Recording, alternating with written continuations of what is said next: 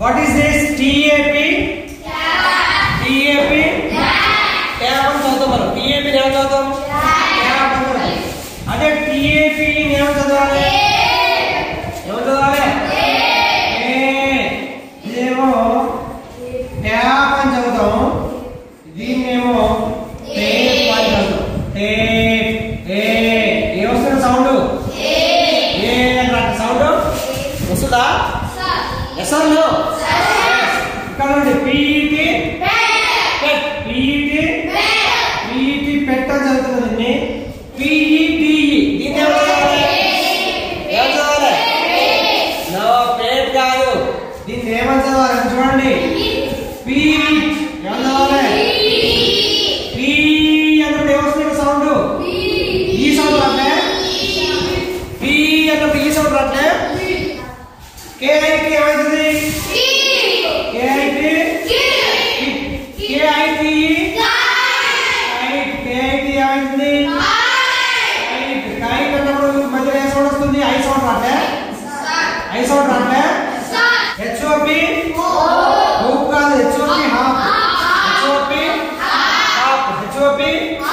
అదే HOP hope, ఇది hope అని వస్తుంది. హోప్ హో అన్నప్పుడు ఏమొస్తుంది సౌండ్? ఓ సౌండ్ వస్తుందా? హో అన్నప్పుడు ఏ సౌండ్ వస్తుంది? సియుబి కప్పు, సియుబి సియుబి రైట్. నో, సియుబి ఏమని చదవాలి? క్యూబ్ ఏమని చదవాలా?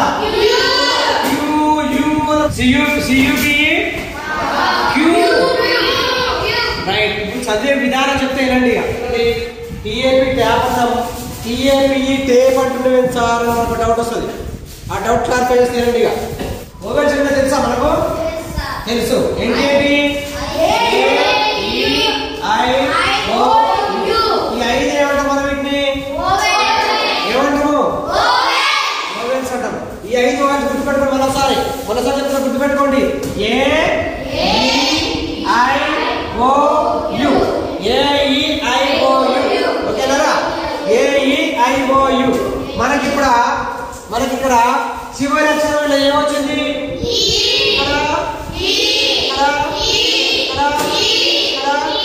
అన్నిట్లో ఈ వచ్చింది. అవునా?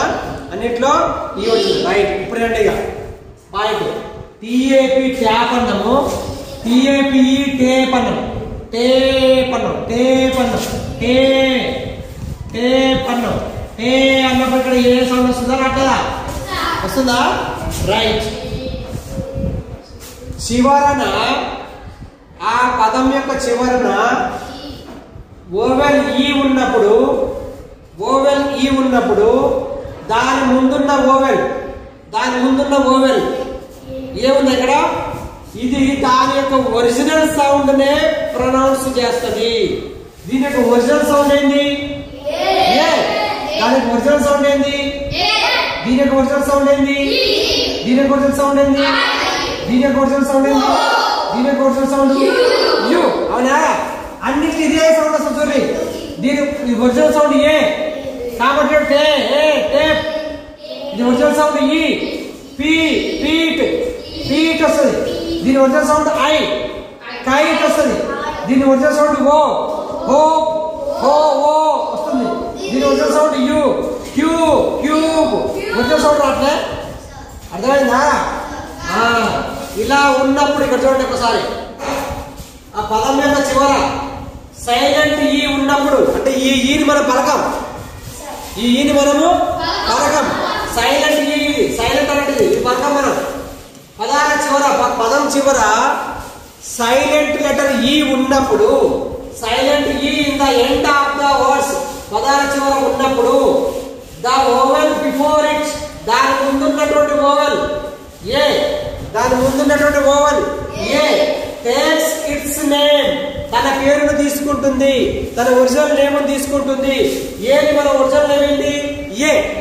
అప్పుడు చదివేటప్పుడు టేప్ అని చదువుతాం. ఇది సైలెంట్, ఈ సైలెంట్. ఇక్కడ ఒరిజినల్ నేమ్ ఈ. పీట్ ఇది సైలెంట్. దీని ఒరిజినల్ నేమ్ ఐ. కైట్ ఇది సైలెంట్. దీని ఒరిజినల్ నేమ్ ఓ. హోప్ ఇది సైలెంట్. దీని ఒరిజినల్ నేమ్ యు. క్యూబ్ ఇది సైలెంట్. అర్థమైందా? అర్థమైందారా?